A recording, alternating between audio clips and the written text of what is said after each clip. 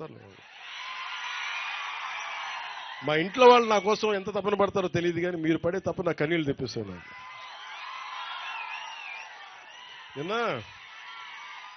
ఇలాగే మనం కూర్చొని అన్న ఐ లవ్ యూ అంటుంటే నేను ఐ లవ్ యూ టూ అని చెప్పాను.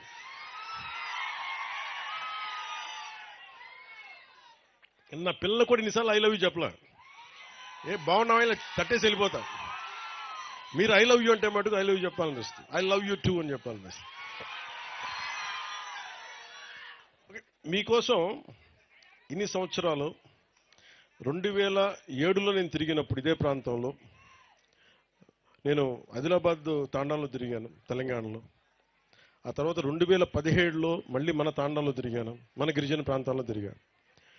ఉన్న సమస్యలున్నా నీటి సమస్యలు ఉన్నాయి. ఓవర్ హెడ్ ట్యాంక్స్ కట్టినా నీటి సరఫరా సరిగ్గా లేదు. నీటి గడ్డల నుంచి నీళ్లు తోడుకోవాలి.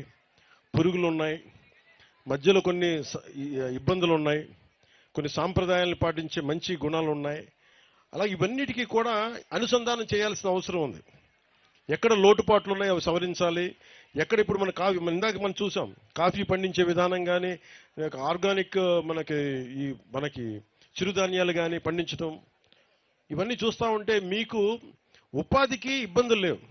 మీకోసం చేయాల్సిందల్లా ఒక శంకరన్ గారి లాగా ప్రతి అధికారి కనుక పనిచేస్తే నిజంగా మీకు నిజంగా చెప్తున్నాను, డబ్బులు నిజంగా ఇది చెప్పాలి, నేను మనసు పెట్టకపోతే, ముఖ్యమంత్రి గారు కనుక మేమిద్దరం చర్చించుకోకపోతే ఈరోజు ఈ ప్రాజెక్ట్ రాదు. కానీ ఎందుకంటే మనసు పెట్టే నాయకులు మీకు కావాలి. ముఖ్యమంత్రిగా నారా చంద్రబాబు నాయుడు గారి దృష్టికి నేను ఏం తీసుకెళ్ళగలనంటే, నాకు ఫైనాన్స్ని ఎలా హ్యాండిల్ చేయాలో నాకు తెలియదు.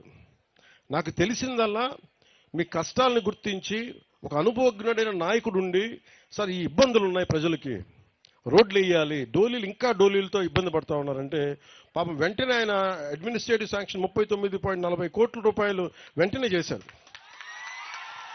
ఇక్కడున్న కూటమి నాయకులందరి తరపు నుంచి ప్రజల తరపు నుంచి గౌరవ ముఖ్యమంత్రి శ్రీ నారా చంద్రబాబు నాయుడు గారికి మనస్ఫూర్తిగా నా కృతజ్ఞతలు తెలియజేస్తా ఉన్నాను, మనందరి తరపు నుంచి.